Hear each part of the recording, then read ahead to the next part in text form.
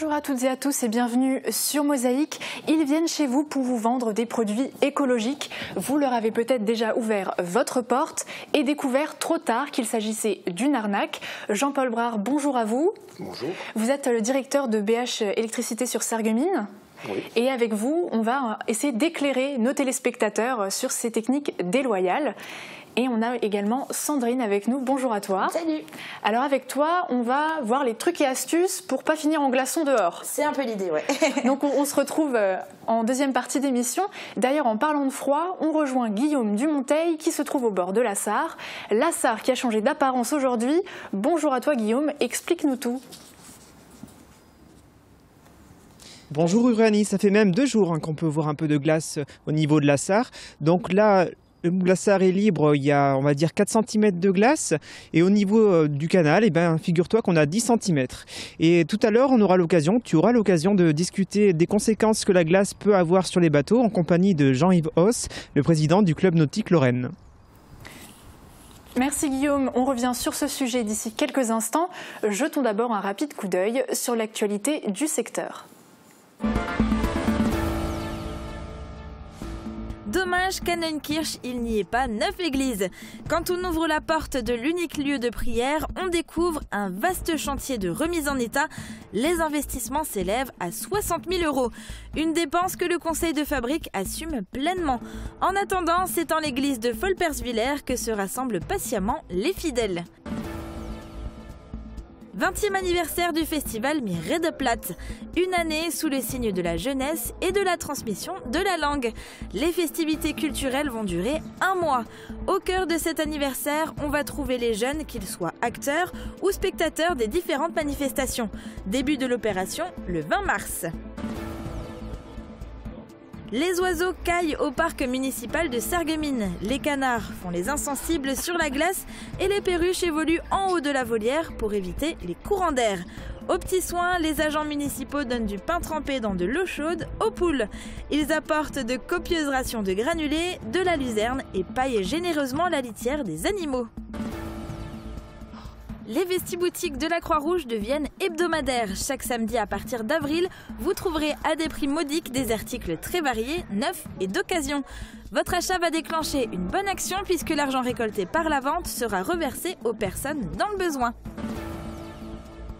Au centre aéré du foyer culturel de Sarreguemines, on s'amuse comme des petits fous, ou plutôt comme des petits indiens. Et pour cause, le Far West, c'est le thème retenu pour cette première semaine de vacances scolaires. 14 enfants de 3 à 6 ans et 26 de plus de 6 ans participent aux activités. La semaine prochaine, ils découvriront l'univers de Koh-Lanta. Bonnets, gants, écharpes et plusieurs couches de vêtements. Vous êtes bien équipés, ne vous déshabillez pas tout de suite. Regardez d'abord la météo pour demain. Avec le Crédit Mutuel, partenaire des grands événements sportifs.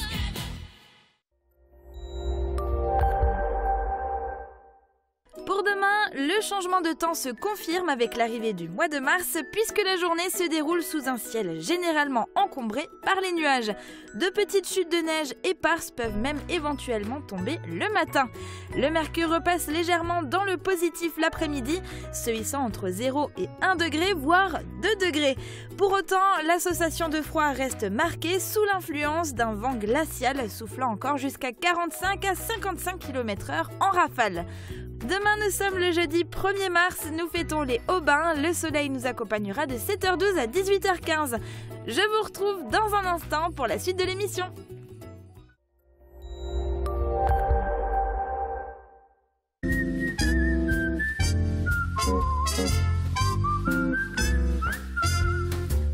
Oseo Cuisine, un service personnalisé avec des prix imbattables toute l'année. N'achetez pas votre cuisine sans passer par Oseo Cuisine. Alors, de la neige peut être annoncée. Tu dois être contente, Sandrine, toi qui aimes la neige. Alors, ouais, c'est sûr, je suis contente, mais je pense que ce sera quand même que quelques flocons. Il n'y a toujours pas de quoi faire un bonhomme de neige, quoi. Ah, donc un peu triste quand même, alors. Ouais, un petit peu. Bon, en tout cas, pas de neige pour le moment, plutôt du gel sur la Sarre. En notre compagnie, Jean-Yves Hauss, président du club nautique Lorraine. Bonjour à vous. Alors, est-ce que la glace qui est présente actuellement peut causer des dommages sur les bateaux ? Oui, bonjour. Effectivement, la glace, elle peut comprimer un peu les bateaux, mais ça dépend le style de bateau. Alors, bien entendu, les bateaux en acier résistent beaucoup mieux que des bateaux en résine. D'ailleurs, on se souvient qu'en 2015, un bateau en résine avait coulé même 2 fois sur le canal à cause du gel. À titre personnel, vous êtes déjà un petit peu combattu par rapport à la glace, c'était bien ça ? Oui, alors effectivement, on est vigilant, nos capitaines également, hein. Nous sommes obligés de vérifier régulièrement, surtout là avec les températures basses, comment la glace entoure les bateaux. Donc régulièrement, nous cassons la glace autour des bateaux pour éviter cette compression.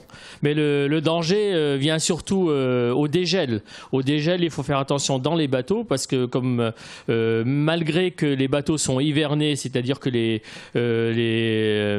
les réservoirs sont purgés, ils risquent quand même des ruptures de canalisation comme dans les maisons, surtout sur les vannes d'arrêt. Sur les vannes d'arrêt lors du dégel. C'est là qu'il faut être vigilant et de surveiller le bateau et à l'intérieur dans les cales moteurs par exemple. Mais le danger vient plus... bon, là, on voit que sur la Sarre, à Sarreguemines, ça gèle. On a à peu près 5 cm, à peu près. Ça risque de devenir plus épais, donc on va être vigilant. Mais par contre, sur le canal, et notamment à notre halte à Vitrin, le danger est bien plus grand, puisqu'actuellement, on a déjà plus de 10 cm de glace. Et là, il faut vraiment vérifier les bateaux régulièrement, taper même un peu la glace autour, hein, et être observateur, surtout du niveau des bateaux, quoi. Merci beaucoup Jean-Yves Hauss pour votre intervention. On retourne un petit peu au chaud pour la suite de notre programme. Pour les habitués de l'église Saint-Denis de Neunkirch, pas de messe en ce moment et pour cause, le lieu n'est plus vraiment praticable en raison de gros travaux. Thomas Drouin a gravi quelques échafaudages pour vous proposer ce reportage. Rien de l'extérieur ne permet aux passants d'imaginer que l'église Saint-Denis, dans le quartier de Neunkirch, est actuellement en travaux. Rien, si ce n'est cette affichette invitant à se rendre dans une autre église de Sarreguemines pour les offices. Mais quand on rentre, l'impression est tout autre. L'intérieur de l'entrée et de la nef sont recouverts d'échafaudages et les piliers de ceux-ci donnent à l'église un petit côté cathédrale.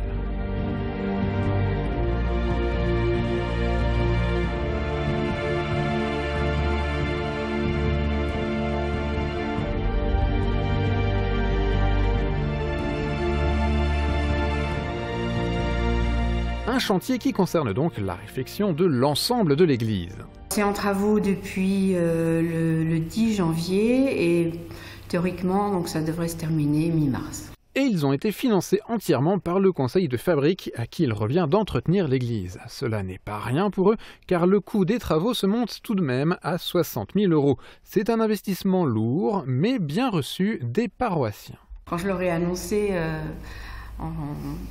à la fin d'une messe que les travaux tant attendus allaient enfin se faire, les fidèles ont applaudi. Alors oui, comme toujours, il y a eu quelques personnes inquiètes, notamment vis-à-vis de la somme payée, ou bien encore de l'utilité réelle de ces réfections. Mais le conseil de fabrique se veut rassurant. Quand on verra le résultat, avec les briques rénovées, toutes claires, qui ont retrouvé leur éclat, je pense que tout le monde sera satisfait. Une des grandes problématiques du chantier a été le nettoyage des murs composés de briques creuses et particulièrement encrassés par la fumée des cierges. Le plafond a lui aussi obtenu un ripollinage en bonne et due forme. L'ensemble du chantier a été supervisé par l'entreprise Hornberger de Götzenbrück. Plus que quelques semaines et la centaine de paroissiens pourra de nouveau reprendre possession de son église. Les paroissiens peuvent se rendre aux offices proposés à Volperswiller en attendant de retrouver leur église rénovée. 20 ans que ça dure. Le festival Mirerai de Platte revient avec une nouvelle édition pour fêter son 20e anniversaire sous le signe de la jeunesse. Quoi de mieux pour continuer de transmettre et honorer la langue francique et autres dialectes de France? Nous avons assisté à la conférence de presse tenue par l'équipe du festival. Retour en images. 20 ans, ça se fête. Le festival Mirerai de Platte revient avec une nouvelle programmation pour le plus grand bonheur des adeptes et curieux du dialecte de notre région, le tout du 20 mars au 20 avril. Point central de cet anniversaire, les jeunes qu'ils soient acteurs ou spectateurs des différentes manifestations. On a beaucoup acté, beaucoup fait en direction d'actions culturelles ou d'actions d'éducation en direction de la jeunesse pendant tout le festival. Et ça va se décliner comme ça sur tout le mois du festival où on va retrouver la jeunesse qui montre finalement que le Platt n'a pas dit son dernier mot. À travers spectacles, chansons, expositions, les organisateurs continuent de faire vivre la langue francique et l'identité qui en découle. Et c'est la raison pour laquelle des moments festifs comme celui-là sont là pour dire surtout parlez le Platt, schwätze Platt, rede Platt, parce que c'est important, c'est notre plus-value, c'est notre caractéristique et c'est ça qui nous donne une ouverture vers l'Europe que le français seul ne nous donnera pas. La grosse difficulté, c'est d'assurer la transmission. On va pas se voiler la face. Aujourd'hui, le Platt représente un petit peu une génération un petit peu plus ancienne. Et le challenge de demain, ça va être de l'amener dans la vie de tous les jours pour que nos jeunes en prennent possession. Un enjeu pris en compte dans la campagne de communication du festival, réalisée autour des mots du quotidien en Platt, accompagnés de leur signification. Cette année encore, la ville souligne l'importance du partenariat avec l'OLCA, l'Office des langues et de la culture d'Alsace et depuis peu de la Moselle. Un organisme qui soutient beaucoup d'artistes, beaucoup d'établissements scolaires qui veulent développer on va dire, la langue régionale, le Platt. Et pour nous, c'est une chance effectivement d'avoir finalement ce partenariat qui s'est mis en place. On parle beaucoup d'identité en ce moment, d'identité régionale. On a reparlé de la reconfiguration des régions. Je crois qu'aujourd'hui, garder cette spécificité d'une langue régionale, c'est quand même quelque chose de primordial. Concert d'artistes frontaliers, ateliers d'écriture en Platt, théâtre ou encore conférences, plus d'une vingtaine d'activités sont proposées pour cette édition. Prochaine date à retenir, le 20 mars pour l'inauguration du festival qui se fera en chanson, interprété par les collégiens du Himmelsberg et du Gymnasium am Schloss. Prévenir les chutes chez la personne âgée, un objectif partagé par tous les personnels soignants de France. À l'EHPAD Home des 4 saisons de Putelange-au-Lac, la gymnastique et les exercices de mobilité servent cette cause. Plus insolite encore, les cours de karaté qui sont proposés. Regardez. Ce n'est pas ici que vous croiserez des ceintures noires, mais ne vous y frottez pas. Jean-Luc, Arthur, Marguerite sont des résidents de l'EHPAD de Putelange-au-Lac. Depuis 18 mois, ils apprennent le karaté aux côtés d'Eugène, licencié au club de Sarralbe et ancien entraîneur. Bon, je dois taper doucement alors. Doucement, Jean-Luc, doucement. C'est qu'il le réclame cet atelier. Et si par malheur, à une semaine, il y a eu un contretemps, ils ne peuvent pas venir, ils en sont vraiment malheureux. C'est vraiment un lieu de rencontre et un lieu d'échange. Et d'apprentissage. Blocage, attaque, coup de poing, coup de pied, parcours d'obstacles. Les techniques sont adaptées à leur âge et à leur état de santé. Mais ce sont les bases de la discipline. In fine, ils acquièrent souplesse et mobilité. Certains sont sportifs, comme Jean-Luc. Tous les matins, je fais mon exercice physique, donc qui consiste à faire des pompes et des mouvements, donc tous les jours, tous les matins. D'autres sont en fauteuil roulant, mais ça ne les empêche pas de participer. Tout à l'heure, le monsieur qui ne marchait pas du tout quand je suis arrivé à l'EHPAD, maintenant, donc il a quand même fait des progrès. Je ne sais pas si ça vient du karaté, parce que c'est pas suffisant pour ça, mais bon, il a quand même de la volonté et il y arrive de mieux en mieux. De quoi donner le sourire à Eugène, qui vient une fois par semaine bénévolement. Voilà. Ça. Être au plus proche des citoyens, c'est aussi le défi que s'est lancé la ville de Sarreguemines avec les rencontres citoyennes, un dispositif permettant de rencontrer et d'échanger avec les habitants des différents quartiers. Nous en avions parlé la semaine dernière, mais une petite coquille s'était glissée dans les horaires annoncés. Voilà donc un petit récapitulatif pour le premier rendez-vous de ce lundi 5 mars. Un premier temps de visite de 16h à 19h au départ de l'école maternelle du quartier de Folperswiller et la suite du rendez-vous dès 19h dans la salle motricité de cette même école.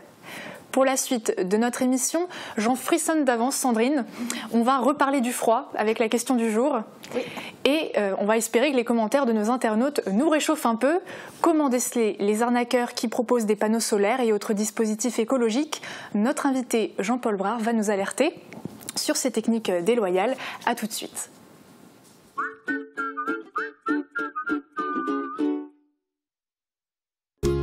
Faites le plein d'énergie. Avec votre magasin La Vie Claire, découvrez tous les produits bio pour une cure de remise en forme. Jus de bouleau, jus de légumes, compléments alimentaires. Bio Santé Crépy, La Vie Claire, au 5A rue des Ormes, à Sarreguemines.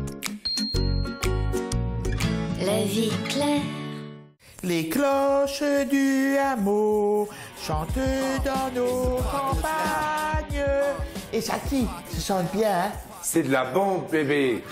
Le son du chalumeau est gai. Restez dans le coup avec la passion de l'audition.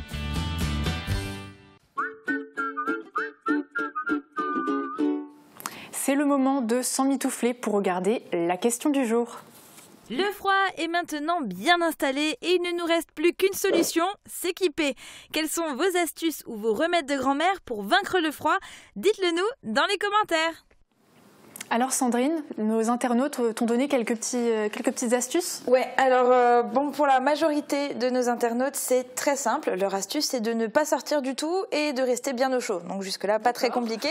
Alors pour les plus chanceux qui ont une cheminée, le programme, c'est un bon film avec un bon film près du feu avec en prime un chocolat chaud. Et si on n'a pas de cheminée, on peut faire quand même comme Jennifer et Ghislaine, prendre une bonne douche bien chaude pour se réchauffer. Marc et Sylvia proposent même d'aller au terme pour profiter des saunas.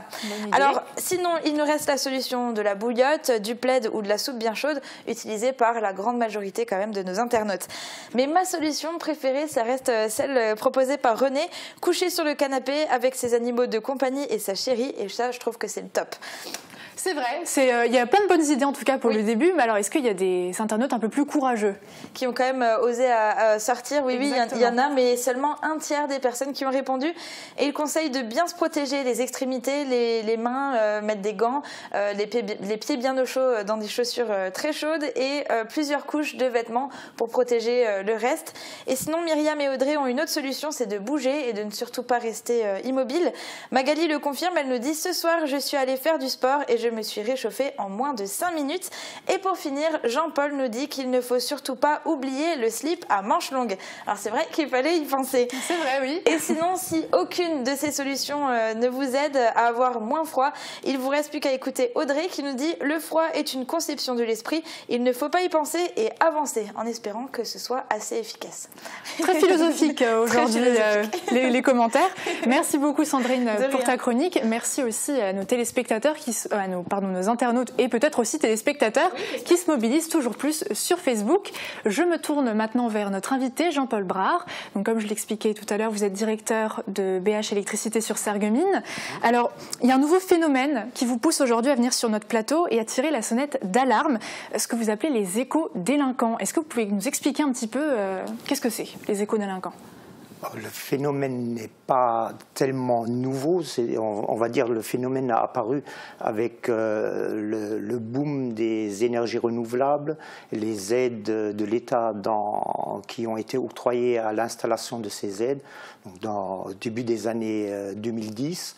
Et le problème, c'est qu'actuellement, il persiste et on ne retrouve pratiquement que ce genre de pratique, puisqu'il y a eu un gros coup de frein sur le dossier qui nous intéresse plus spécialement, nous, puisque c'est le photovoltaïque. Avec le moratoire, il y a eu un gros coup de frein en 2013-2014. Et maintenant, il reste pratiquement que ces gens qu'on appelle des éco-délinquants et qui font miroiter aux clients potentiels des revenus beaucoup plus élevés que ce qu'ils peuvent effectivement en attendre, des aides de l'État qui n'existent plus, des avoirs fiscaux et des choses comme ça. Et donc ce type d'arnaque, comment ça se passe? C'est du porte-à-porte, c'est par téléphone? Généralement, ça commence par du démarchage téléphonique. Et ça finit par un rendez-vous après maintes appels, parce que souvent ça dégénère en ce qu'on pourrait appeler du harcèlement téléphonique. ça arrive sur un rendez-vous à domicile où le représentant, le commercial, vous baratine jusqu'à ce que vous finissiez par signer un contrat. Et alors vous, en tant que professionnel dans cette branche-là aussi, vous avez constaté au niveau local qu'il y avait de plus en plus ce genre de situation ? Notre travail dans la branche du photovoltaïque actuellement, on intervient plus sur des installations mal faites ou sur ce genre d'installations qui ne sont même pas terminées souvent, ou qui ne produisent pas ce qui est attendu, puisqu'on a fait des promesses aux clients qui sont complètement irréalistes. Donc les clients nous appellent pour vérifier des installations, pour remettre des installations en état ou carrément brancher des installations qui n'ont jamais été terminées. Et cette masse de travail est plus importante que le travail d'installation qu'on réalise actuellement. On fait très peu d'installations du fait déjà de ces éco-délinquants et du fait de la situation, la conjoncture actuelle au niveau des prix de rachat et tout ce qui s'ensuit. Et alors ça peut toucher quel type de produit? Vous expliquez qu'il y a les panneaux solaires, ça peut être quoi d'autre comme type de produit? Tout ce qui touche l'écologie, les économies d'énergie, les isolations, tous les produits en fait, qui sont subventionnés, qui ont bénéficié un jour des aides de l'État. C'est généralement vers ces produits-là que ces gens se tournent. Alors, comment est-ce qu'on pourrait aider le consommateur à faire la différence entre ces fausses entreprises, entre guillemets, et des entreprises plus certifiées ? C'est relativement difficile parce que, comme dit, ça démarre par un démarchage téléphonique et souvent ce sont des gens qui ne sont pas demandeurs de ce type de technologie. On les convainc par des techniques où on les force pratiquement à acheter, on leur fait miroiter beaucoup de choses qui n'existent pas, des revenus exorbitants, des allègements d'impôts, enfin énormément de choses, hein, une facture d'électricité à zéro, voilà, on leur fait miroiter énormément de choses. Ces gens n'étant pas demandeurs à la base, ne connaissent ni les tarifs ni les rendements effectifs de ce genre d'équipement. Oui, c'est un manque de renseignements qui fait qu'en fait, au final, les personnes sont victimes de ces pratiques-là. Voilà. Donc la première chose, c'est de ne jamais signer quelque chose dans l'urgence. Hein. C'est un représentant honnête, un représentant correct ne vous forcera jamais à signer un document quelconque. Vous laissera le temps, au contraire, de faire des devis comparatifs ou de vous renseigner sur le produit que vous voulez acheter. Hein. Donc il n'y a pas d'opération promotionnelle qui s'arrête du jour au lendemain ou le soir même ou des choses comme ça n'existe pas, il faut bien en être conscient. Hein. Nous avons mis sur notre site un petit article concernant ces pratiques qui retrace un peu les différentes méthodes d'approche de ces commerciaux et qui résume un peu leur manière de faire. Et nous avons mis également sur le site le coût moyen d'un équipement. Donc là, on parle toujours du photovoltaïque puisque c'est notre domaine. Hein, donc le coût d'un équipement et le rapport qu'on peut en espérer. Donc je pense que c'est une bonne base pour les clients potentiels et pour essayer de se prémunir de ce genre de trucs. Hein. Et alors, est-ce que vous avez des faits avérés, des anecdotes peut-être qui vous avez vu dans votre branche par rapport à ces fausses entreprises et ces arnaques? Ce qu'on voit le plus souvent, c'est des promesses de revenus beaucoup plus élevés. On leur promet un autofinancement qui est toujours réalisable à l'heure actuelle, mais avec des prix normaux. Hein. Une installation de 3 kW ne vaut plus 20 000 €. Hein. Et c'est ce qu'on voit souvent. Alors, ils justifient d'un avoir fiscal, d'aide régionale ou de choses comme ça qui n'existent plus. Ces aides n'existent plus Non, elles n'existent plus. Alors, actuellement, la mode est à l'aérovoltaïque, où effectivement il existe une aide, un avoir fiscal encore, mais qui se limite à 30% de la part du coût d'achat de la part aérolytique. Donc quand on vend un système de 3 kW en aérolytique, une installation de 3 kW vaut à peu près 8-9 000 euros, la part aérolytique vaut 2 000 euros, on est à 11 000 euros avec un avoir fiscal de 30% sur les 2 000 euros. Pas sur les 12 000 euros. Hein. Donc, oui, la différence est quand même flagrante. Voilà, la différence est importante et souvent les commerciaux ne sensibilisent pas les gens sur ce phénomène-là. Justement, vous conseillez tout à l'heure de ne pas signer, par exemple, ce type de contrat, de mieux s'informer, etc. Mais est-ce qu'il y a quand même des procès? Ça va jusqu'au procès, finalement, parfois? Ça va jusqu'au procès. Il y a pas mal de procès en cours au niveau national et pas seulement au niveau régional. Ces procès sont très longs. On a une satisfaction un peu à l'heure actuelle. On a de plus en plus de retours où les banques, parce que en fait ces gens vous vendent des crédits, ça se vend toujours à crédit. Très très rarement une personne peut choisir son propre organisme prêteur ou payer comptant. Ça se fait très rarement. Bon, oui, après, le commercial qui tombe sur quelqu'un qui paye comptant, il va vendre aussi.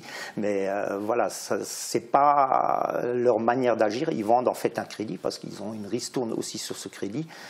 Et donc de plus en plus, les tribunaux, pour simplifier l'histoire, annulent les crédits. Sous prétexte, enfin on a vu ça à plusieurs reprises, sous prétexte que l'organisme de crédit est parfaitement conscient qu'une installation photovoltaïque ne vaut pas 30 000 40 000 euros et ne s'autofinance pas. Donc, bon, alors il reste des recours, mais il faut aussi avoir des preuves. Hein. Voilà, il faut avoir des preuves. Pour un rendement d'une installation photovoltaïque, par exemple, c'est minimum 1 an, 2 ans de production pour pouvoir dire qu'effectivement, voilà, c'est pas atteint. Après, il faudra prouver le pourquoi c'est pas atteint. Donc, c'est plus compliqué aussi. Voilà, ce sont des procédures qui sont relativement compliquées, mais on voit des cas dramatiques, hein, des personnes d'un certain âge qui se sont fait avoir et on leur a promis un autofinancement qu'ils n'arrivent pas à atteindre, loin de là, et qui se retrouvent avec des très faibles revenus, avec encore un crédit de 200-300 euros par mois à régler finalement, parce qu'ils n'arrivent jamais au bout du financement. Hein. Tout à fait. Alors juste pour terminer, il y a le syndicat des professionnels de l'énergie solaire qui s'appelle Enerplan qui va mettre en place des actions. Est-ce que vous pouvez juste nous en dire quelques mots? Ça va être essentiellement des actions d'information telles que là aujourd'hui, qui demandent à ses adhérents justement de relayer un peu au niveau local, de faire des actions au niveau local d'information, de relayer les informations pour chacun à son niveau. Très bien. Alors je rappelle aussi également qu'il est possible d'aller sur le site internet de BH Électricité pour avoir plus d'informations et puis pour ne pas vous faire avoir. Merci beaucoup Jean-Paul Brard d'être venu sur notre plateau et d'avoir éclairé nos lanternes. Merci également à toi Sandrine d'avoir été avec nous. On te retrouve tout bientôt? Oui, demain. Demain, très bien. Alors à demain. Merci à vous également de nous avoir suivis. Passez une agréable journée et à demain sur Mosaïque.